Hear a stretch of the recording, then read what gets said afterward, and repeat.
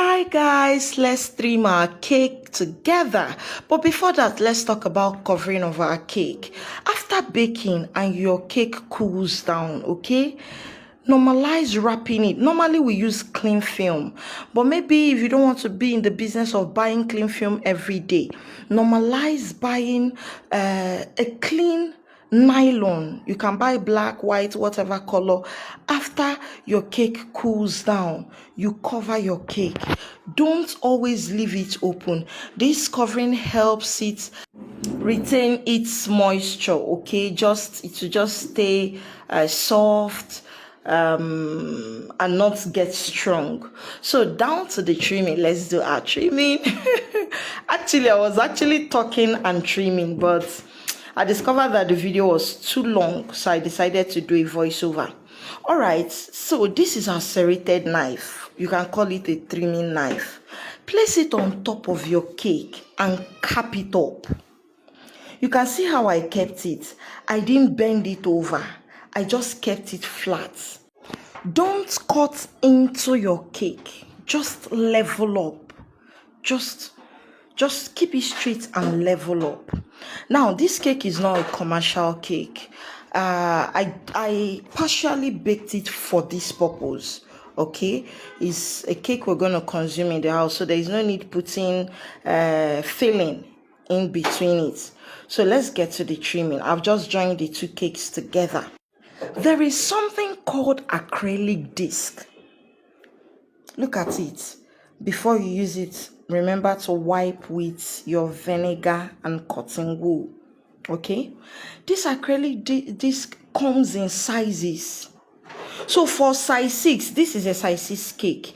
The acrylic disc for size 6 is 5.5 inches. Okay, so you place it, it comes in twos. You place it on the both sides.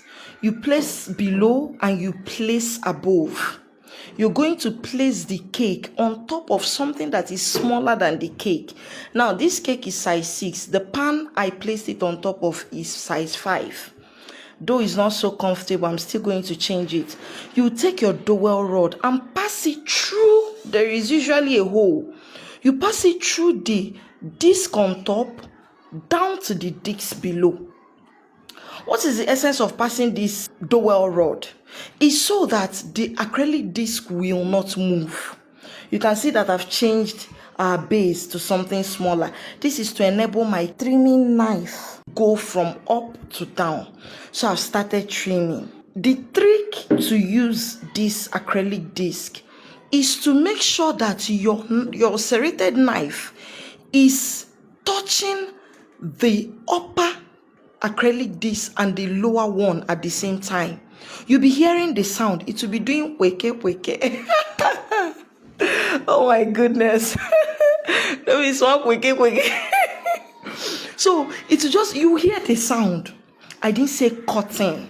I didn't say, you can see how I kept it. So I'm touching it. I'm making sure it is touching the acrylic disc, not cutting into the cake. I don't know mathematics. I would have said, hey, you can see how I kept the knife. Don't keep it like that. Don't keep it like that. I don't know what angle that is, but don't keep it like that. Just keep it straight. Let it just be going round and be touching both the down and the up acrylic disc. Your trimming is done. So you can see our excess. Some people, in fact, I have a customer for this weekend that is already crying for her excess. Most times, on a scale of 100, I advise this trimming when you have to bake a fondant cake.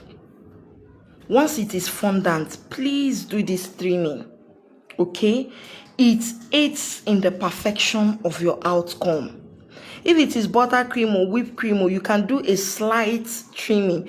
You can even cover it without trimming. But once it's fondant, please do your trimming. Cheers! I hope we have done justice to our trimming class. See you next time, or see you in the next class. Bye.